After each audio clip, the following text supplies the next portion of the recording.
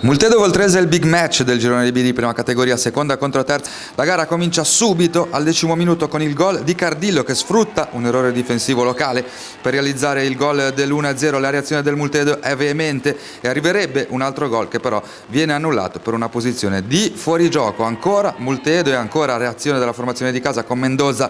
Il tiro al volo è debole per impensierire Mancuso.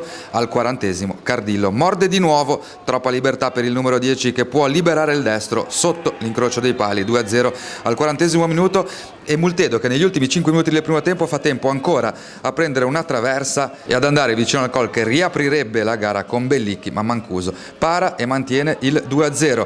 Secondo tempo e seconda traversa per il Multedo con una gran conclusione dalla distanza. Multedo che prova a riaprirla in tutti i modi, anche con una punizione diretta da sinistra che fa la barba al palo. La Voltrese però è una grande squadra e in diagonale e in contropiede arriva il gol di Bianco. Il minuto è il 65°, saltano gli schemi, salta anche la telecamera del nostro operatore in stile Fabio Molinari, la discesa di traverso che si fa praticamente tutto il campo. Proteste Multedo per una posizione della palla fuori dalla linea dell'out. Il numero 14 arriva fino in fondo, scarica per Mazzei e il 3-0 è fatto e finito per i padroni di casa, e il 4-0 è fatto e finito per i padroni di casa che però hanno nell'orgoglio la loro caratteristica principale, in particolar modo con il capitano Bellicchi che va vicino al gol della bandiera con un'azione fotocopia alla rete della Voltrese. Alla fine il 4-1 lo trova proprio il capitano che risolve una mischia in area e alleggerisce il passivo.